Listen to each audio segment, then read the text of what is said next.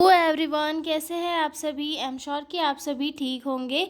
तो चलिए हम लोग आज का वीडियो स्टार्ट करते हैं। आज के वीडियो में हम लोग क्वेश्चन डील करने वाले हैं रेटिंग स्केल वाला। ठीक है, ये 5 नंबर का क्वेश्चन है जो प्रीवियस ईयर क्वेश्चन पेपर में पूछा गया था। ठीक है, तो जो लोग भी चैनल पर नए हैं वो लोग चैनल को सब्सक्राइब कर ले, वीडियो को लाइक करें और अपने दोस्तों के साथ शेयर ज़रूर करें, ताकि सभी को जो है ईजी लैंग्वेज में नोट्स मिल सके। और पीडीएफ नोट्स की अगर आपको रिक्वायरमेंट हो तो आप लोग मेरे डिस्क्रिप्शन में दिए गए मेल पर कांटेक्ट करके पीडीएफ ले सकते हो। ठीक है, तो हम लोग इंट्रोडक्शन से स्टार्ट करते हैं। Rating scale. Rating scale is one of the most commonly use tool for assessment in education and communication. Rating scale जो है एक काफ़ी इंपॉर्टेंट टूल है जिसे एजुकेशन और कम्युनिकेशन के असेसमेंट के लिए यूज़ किया जाता है। ठीक है, it is use to measure attitude skills, behaviours and performance of student और इंडिविजुअल। मतलब रेटिंग स्केल दैट मीन्स कि किसी के परफॉर्मेंस, बिहेवियर को असेस करने के लिए जो हम लोग स्केल यूज़ करते हैं उसे रेटिंग स्केल कहा जाता है। ठीक है, जैसे कि हमारे इसमें होती है ग्लासकोमा स्केल, इस टाइप से। ठीक है, in nursing education, rating scale are used to assess clinical skills, communication, participation and professional behavior। और जो नर्सिंग एजुकेशन होता है वहाँ पर रेटिंग स्किल्स का जो यूज़ है वो clinical skills, communication, participation and professional behaviour को असेस करने के लिए किया जाता है। ठीक है, डेफिनेशन देखते हैं रेटिंग स्केल की। A rating scale is the tool used to record the degree or level of performance, attitude और behavior of an individual in a systematic way। यानी कि रेटिंग स्केल एक ऐसा टूल होता है जो डिग्री या फिर लेवल ऑफ परफॉर्मेंस या एटीट्यूड या बिहेवियर को असेस करता है सिस्टमेटिक वे में किसी भी इंडिविजुअल के। यानी कि किसी भी इंडिविजुअल के बिहेवियर, एटीट्यूड, परफॉर्मेंस और उसका जो लेवल है उसे एक सिस्टमेटिक वे में असेस जो है रेटिंग स्केल के द्वारा किया जाता है। इस टूल के द्वारा जो किया जाता है। ठीक है, इसके जो है यूज़ देख लेते हैं थोड़े से। It is use to measure things that can not be measured directly, like मतलब इनसे जो है ऐसी चीज़ें मेज़र की जाती है जिन्हें डायरेक्टली हम लोग मेज़र नहीं कर सकते। जैसे कि कम्युनिकेशन स्किल को इसके थ्रू मेज़र किया जाता है, कॉन्फिडेंस को मेज़र किया जाता है, क्लीनलीनेस को किया जाता है, पेशेंट इंटरेक्शन को किया जाता है। ठीक है, फॉर एग्ज़ाम्पल के लिए हम लोग जो है किसी भी अगर वाटर है उसे लीटर में नाप सकते हैं। कोई चीज़ है जैसे कि कोई सब्ज़ी है तो उसे हम किलो में वेट कर सकते हैं। लेकिन जो कॉन्फिडेंस है, क्लीनलीनेस है और इन सारी चीज़ों को हम लोग किसी एक पर्टिकुलर माप से नहीं माप सकते। तो इन्हें जो है रेटिंग स्केल के थ्रू जो है मापा जाता है कि इनका ग्रेड कैसा है। ठीक है, आगे देखते हैं types of rating scale.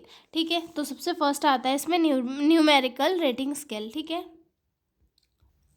Numerical rating scale में uses number of show performance. मतलब इसमें जो है किसी भी पर्टिकुलर पर्सन को के परफॉर्मेंस के बेस पे उसे नंबर दिए जाते हैं कि इसने एक नंबर जैसे कि टोटल 5 नंबर हो गए, उसमें फर्स्ट पे उसने किया उसमें उसका थोड़ा जो परफॉर्मेंस है वो डल है तो हम उसे 1 नंबर देंगे कि पुअर किया है इसने। ठीक है, अब सेकंड अगर थोड़ा उससे बेहतर है तो फेयर, देन उससे थोड़ा बेहतर है तो अच्छा है, और बहुत अच्छा है तो वेरी गुड, और अगर एक्सीलेंट है तो 5 नंबर। ठीक है, तो इसमें जो है किसी के भी परफॉर्मेंस के ऊपर जो है नंबर दिए जाते हैं और उस अकॉर्डिंग उसका जो कॉन्फिडेंस वगैरह है वो चेक किया जाता है। ठीक है, उसके बाद आता है descriptive rating scale.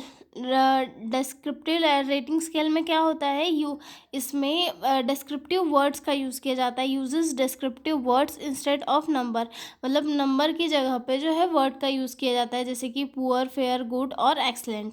Poor that means की lower activity, fair that means की मीडिएट एक्टिविटी, उससे अच्छी एक्टिविटी दैट मीन्स गुड, और अगर उससे अच्छी एक्टिविटी दिए that means excellence. Okay, excellent. ठीक है, उसके बाद आता है हमारे थर्ड टाइप है graphic rating scale. Graphic rating scale में क्या होता है, अ लाइन और scale is drawn where observer mark the level of performance. मतलब जो ग्राफ होता है या फिर एक स्केल होती है, वहाँ पे जो एग्ज़ामिनर होता है वो मार्क करता है अकॉर्डिंग टू स्टूडेंट परफॉर्मेंस, यानी कि स्टूडेंट के परफॉर्मेंस के अकॉर्डिंग उसे मार्क्स मिलते हैं, ठीक है। उसके बाद आता है चेकलिस्ट विथ रेटिंग। चेकलिस्ट हमने इसके पहले वाले वीडियो में पढ़ी थी, तो और चेकलिस्ट विथ रेटिंग भी एक जो है एक टाइप का रेटिंग स्केल होता है, जिसमें एक ही लिस्ट ऑफ बिहेवियर और task with rating option next to each, यानी कि इसमें जो है पूरी चेकलिस्ट बनी हुई होती है, जहाँ पर टिक टिक करते जाते हैं और उसके जो बिहेवियर है और उसके जो भी एक्शन है उनको देखा जाता है, ठीक है। उसके बाद आते हैं हम लोग uses of rating scale in nursing education, यानी कि नर्सिंग एजुकेशन में जो रेटिंग स्केल्स है उनका क्या यूज़ है, ठीक है। तो फर्स्ट आता है इसमें to evaluate student clinical performance.